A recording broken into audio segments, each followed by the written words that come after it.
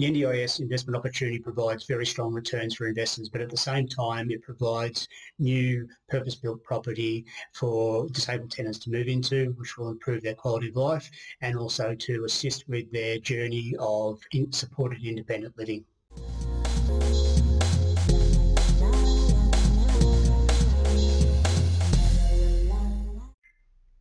Hi, thanks for joining me. My name's Tim. I'm a property investment advisor and a property investment educator. Now, NDIS, National Disability Insurance Scheme, has been created to assist people with disabilities and their families and carers gain access to better quality of housing, access to better education, health and community services.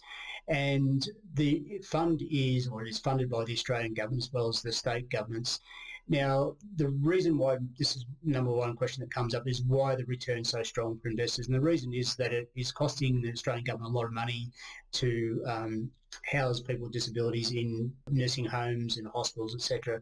So there's a lot of money spent to be able to provide that sort of accommodation, which isn't ideal for the participants or the people with disabilities. So by providing this scheme, it's not only saving the government a lot of money, but it also is improving the quality of life of people with disabilities, and they really do need it, and this makes them feel more like the community by moving into these properties that are, again, custom built to suit their requirements, and also allows them to feel like they are really living a sort of more of an independent life. So in this video, I'll run through and break down what it looks like to us as investors.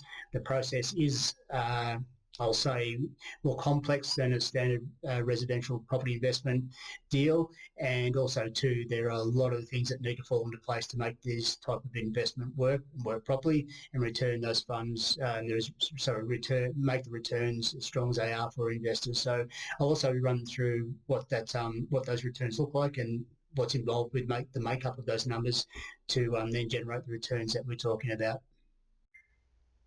Okay, so we'll start with the participants, and the participants are tenants, and they are people with a disability. So they will have different levels of support that's required, and therefore the type of accommodation on the properties that are built really need to be built to meet their requirements and their needs. So start with the participants, they're the first ones, and they're the people with the disabilities requiring this type of accommodation. Next one we'll look at is the SIL, S-I-L, and that is the supported independent living. So these are the carers, these are the people who assist the participants to live as independently as they can. And the SIL will also communicate with the SDAs, which we'll talk about next, and deliver information, provide them with information and feedback as to the level of demand in particular areas of participants, and also to the type of level of care that's required, so that the SDAs then have an understanding of the type of accommodation, and not only the type of accommodation but the number of participants that require accommodation in any particular area. So the SDAs, or Specialised Disability Accommodation Organisation, basically they're in place to act as the property managers, but they also communicate directly with the SILs to ensure that they are providing a level of and standard of not only accommodation but also to specifications that meet the requirements of the participants. The SDAs, as I said, are the property managers, so they will make sure that the property is maintained to a standard that meets the requirements, again, of the participants, and also, too, they work directly with the NDIS to ensure that the properties are built to a certain standard and need to be certified by the NDIS before participants can move in. So the SDAs are really a key to managing this process. They are also the only entity that can handle the NDIS payments. Okay, so another component to the process is the builders, and the builders have to be NDIS certified. So if the construction isn't to a certain standard and specifications, then it won't get certified or won't get signed off, if you like, by the NDIS, which means participants can't move in. So the builders, again, like most of the components within the process are very important, and it is, again, critical to ensure that the properties are being built to the NDIS specifications and standards, conditions, etc., etc.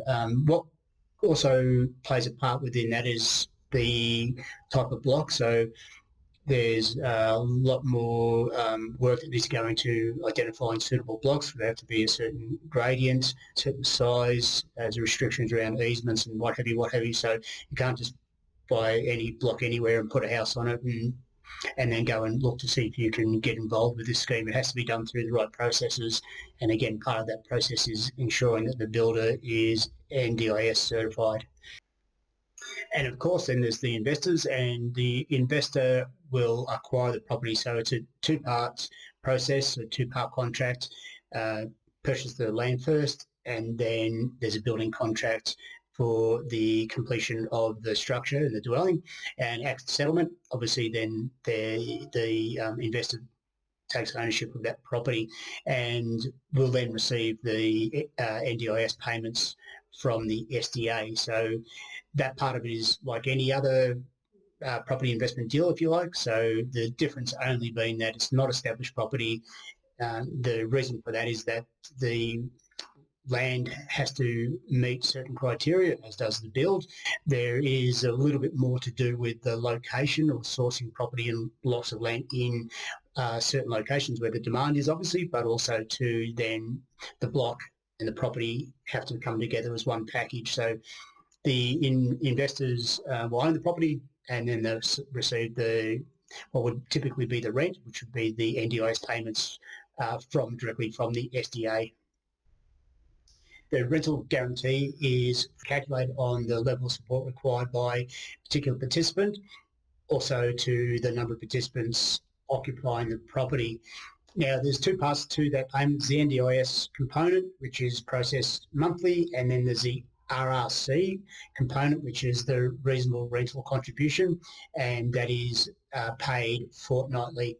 So what we'll do now is we'll go into a section where I've actually run through an actual deal, so you can see the breakdown of numbers, and also to get an idea of what is actually able to be achieved as a net result for you as an investor. Okay, so let's run through this NDIS example. As I mentioned, it is actual purchase one of our clients is proceeding with. Now, at the top, you'll see the purchase price is $647,731. For this, some people, this is a lot of money. For others, it's not, depending on where you live, I guess. We do have properties that are less expensive, if I can say it that way. Some people might find more affordable, but yes, certainly for this particular purchase, it's just under $650,000. We'll have stamp duty on the land only because it's a new build, and so stamp duty will be only calculated on the land price, which is $5,636 stamp duty fee, $1,800 for legals. So the total estimated costs is $654,531. Now, from the income side of things, we can see there that the Ndis allowance is $105,905, and this is for 3 participants plus 1 full-time carer. The RRC, or reasonable rental contribution, is $28,236, and so the total income comes to $134,141. Now, the expenses will be rates of $2,500. I've used 4% interest on the fully funded loan. I'm not exactly sure what they're going to pay for their money, but they're still working with their finance professional now, but I'm going to use 4%, probably get cheaper than that. So that comes to $26,200 for the interest-only payments on that loan. Insurance of $2,500. The SDA management fee comes to $6,707. So total expenses of $37,907. So if we take that figure away from the total income figure of $134,141, we get the investor's income after expenses. It will be in year one, $96,234.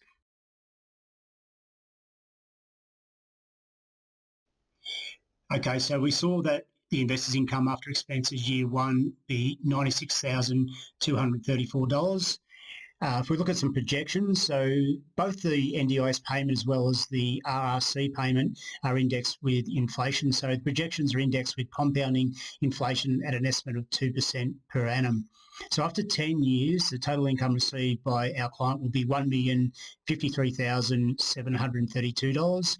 After 20 years, the total income received by the investor will be $2,338,221. So the numbers speak for themselves. Absolutely amazing returns, very, very strong cash flowing properties, something again that we haven't seen ever before.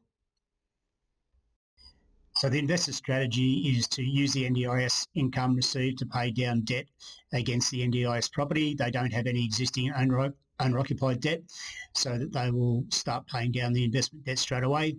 Desired outcomes are to pay out the NDIS debt after 7 years, and then from there transition out of full-time employment using the NDIS income of approximately $100,000 per annum.